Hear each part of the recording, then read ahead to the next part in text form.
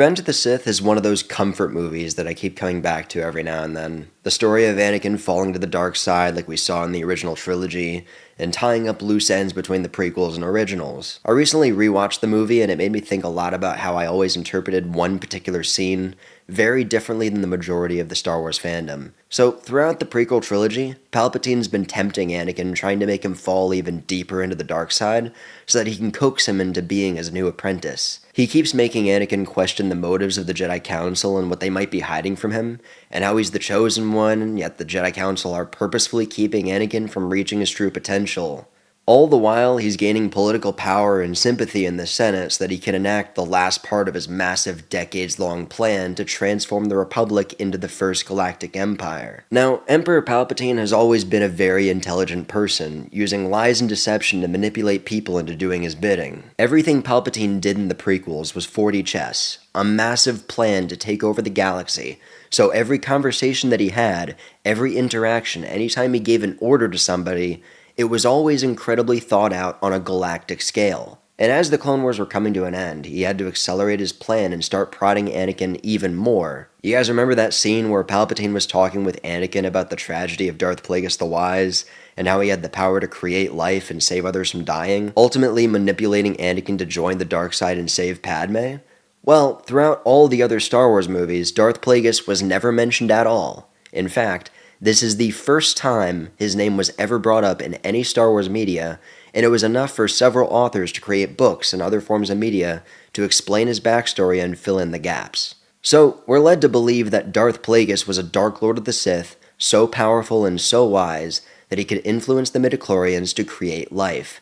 But, knowing the shady person that Emperor Palpatine is, and the very purpose of the conversation that they're having, can we really believe anything that he's saying, because the entire conversation might be the most important point in converting Anakin to the dark side, because this is when Anakin gains the motive to change. Within the context of the movie, was Darth Plagueis even a real person, or is it all just a tall tale that Palpatine came up with because he knew that Anakin would fall for it? Because right after Anakin fell to the dark side and became Darth Vader, Palpatine revealed that only one person has achieved the power to cheat death, but together, we can discover the secret. If we're supposed to believe that Palpatine is Darth Plagueis' apprentice, which is what the new novels and media that came out after Revenge of the Sith want us to believe, then that contradicts with the tragedy of Darth Plagueis the Wise. Either Darth Plagueis is not a real person, and Palpatine just made him up to manipulate Anakin, or he is a real person, and the tragedy of Darth Plagueis the Wise is completely wrong. But I've heard from reliable people that the Darth Plagueis novel actually talks about how Darth Plagueis aims to cheat death and create life,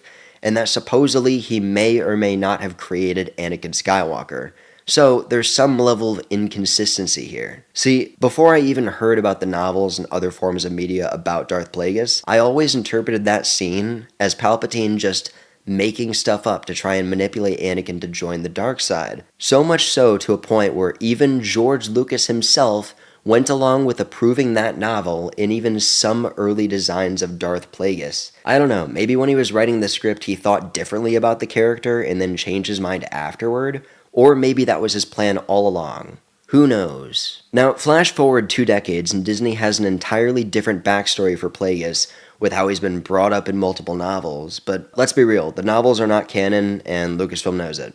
You guys can't fool me, I know you keep saying that the novels are canon, but then you keep contradicting them and decanonizing them. It's been happening ever since you guys bought the company, and that's why I just don't take the novels seriously. The only real canon material are the movies, TV shows, and some of the games. For the longest time, Darth Plagueis was never in any of them, so my interpretation always made sense to me. Until half a year ago, a little show called The Acolyte. You guys ever heard of that? Yeah, it was a little thing that happened that caused a lot of controversy and then completely fell into the background. Among issues, and I mean a lot of issues, in the finale they decided to bring Darth Plagueis the Wise on screen for the first time, which to be honest, we knew there was going to be another Sith in the show, and a lot of people knew it was going to be Plagueis, but revealing that Plagueis was an actual character and not just a story from Palpatine, brings up even more questions. Firstly, he was listening to May and Kamir talking, so that means that Plagueis knows about the witches,